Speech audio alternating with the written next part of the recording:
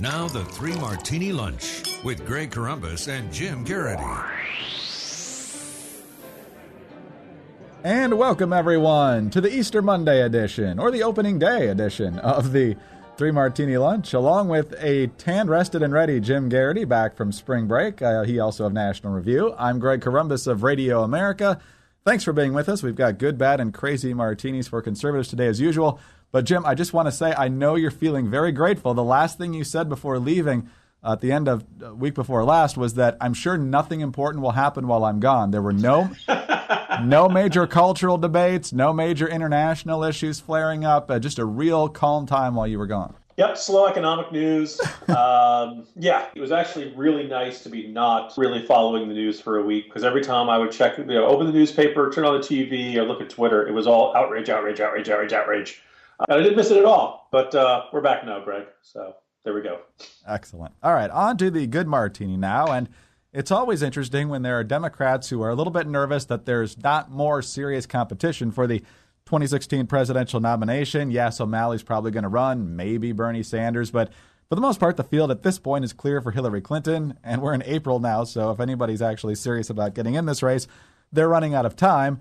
And that's not sitting well with former two-time presidential candidate Gary Hart, the man you might argue is responsible in part for the reason Bill Clinton got elected in 1992. But he has serious reservations, according to Politico, about a Hillary Clinton candidacy. The prospect of a $1 billion Clinton campaign ought to frighten every American, he said in an interview with Politico, and Democrats would be better served by a competitive primary that forced her to speak in more depth about the issues. I like Hillary Clinton. I really appreciate what she and her husband have done, but we need new leaders. So he's not just saying we need to have more people in this contest to make sure she's ready for a general election. He's saying we need somebody else as the nominee. You know, what's nice about this little, it's just a short comment from Gary Hart, is it illuminates so many of the problems with Hillary Clinton's bid. There is that sense of a coronation, a sense that this is the argument that this is a royal family issue. I believe it was Martin O'Malley who said a couple of days ago that the presidency is not a crown to be passed between two royal families. And I understand Chelsea Clinton said, well, why not? But no, so there's that aspect. The enormous fundraising, the fact that she probably isn't going to have any serious challenger for the nomination. No offense to Martin O'Malley. Okay, let's intend some offense to Martin O'Malley. No one takes him seriously. You put all this together, along with the fact that she's deeply connected to Wall Street, deeply connected to Goldman Sachs and folks like that, and the fact that she will cynically play this populist card of she's for the little guy. I remember, way back when some liberal writer saying that Hillary would be running as lunch pail Hillary. Lunch pail Hillary. I'm willing to bet she hasn't eaten out of a lunch pail since probably grade school. and so the idea, though, it's this deeply cynical, inauthentic sense that the progressive industrial media complex, with a great deal of support from those who have done the best during the Obama years, are effectively purchasing the presidency. And we have somebody like Gary Hart making that case. We can make the case, you don't have to be some crazy right-winger to say, whoa.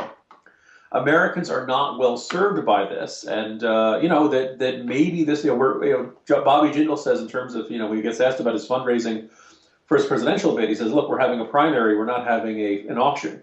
At some point, raising a lot of money might actually be a liability to this, and we'll see if Republicans can utilize this. But I think there's a strong bipartisan case to be made that this is close to a restoration of aristocracy or even monarchy in this country, and we're not supposed to stand for that. Yeah, we used to just be fascinated with the royal families and maybe the Kennedys once in a while. This is getting a little bit too close. Jobs Americans won't do. Exactly. All right, on to the bad martini now, and the Rolling Stone rape allegation, which turned out to be largely untrue, if not entirely untrue, at the University of Virginia, has been in our martinis before, but now through Rolling Stone publishing its own report from the Columbia School of Journalism saying, yes, we got the story wrong, we're officially retracting it. This, of course, after the Charlottesville Police Department found no evidence that the rape existed, and now it goes into how this happened.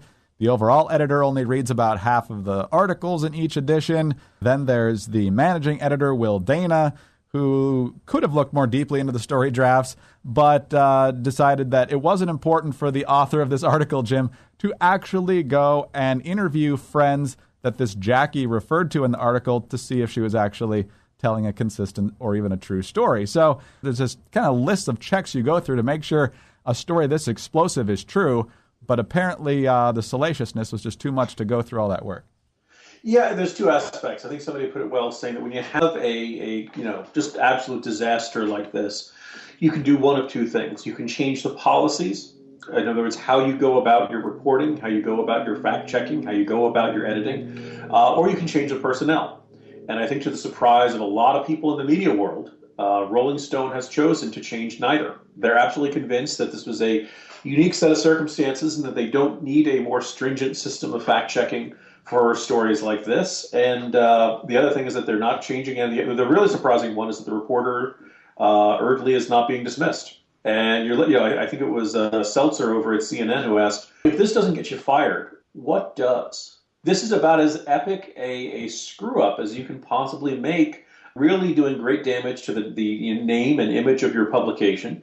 She offered a kind of, I would strike me as a rather mealy-mouthed apology for it late last night. And we're kind of left with this circumstance. So what is changing at Rolling Stone? The other thing which I would say I kind of feel like isn't getting nearly enough attention in this, Greg, is the sense that if Jackie had come forward with a terrible account of horrific brutality at the hands of the Transgender Studies Department, if the perpetrators in her tale had been someone who the left someone who the left liked, I can't help but suspect that the fact-checking would have been a lot more stringent.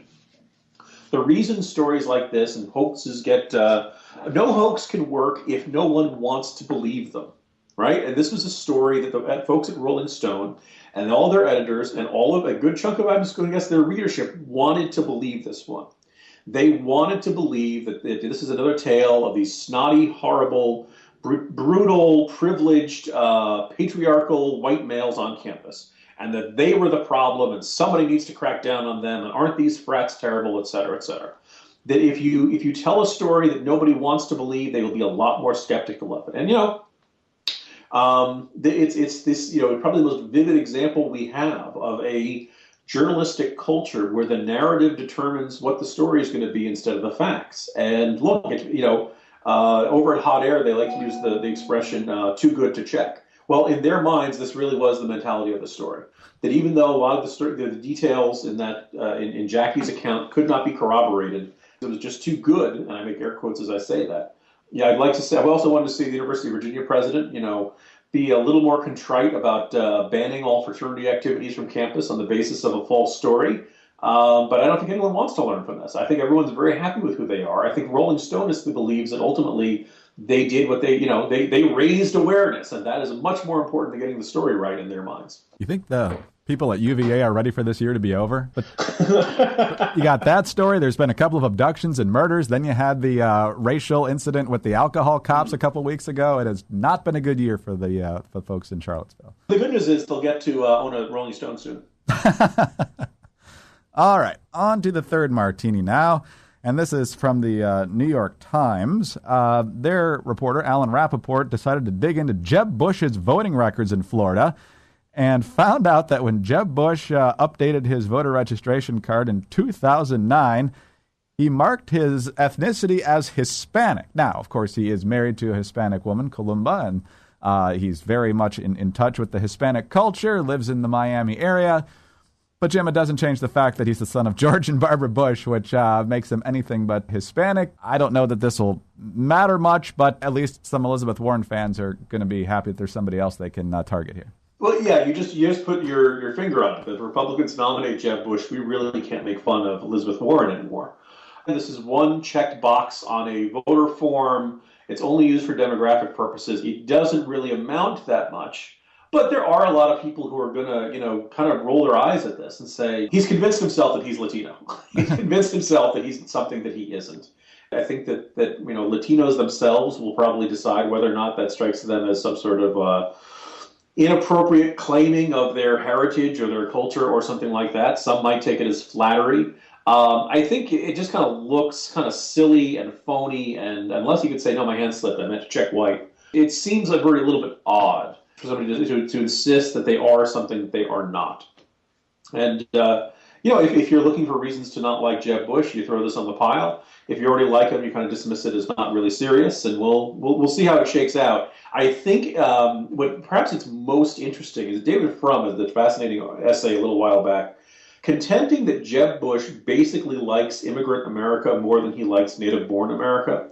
And it was a rather incendiary charge, and some might argue whether it's overwrought or something like that, but that he sees great things coming from immigrant America, that they're more entrepreneurial, that they're harder working, et cetera, et cetera.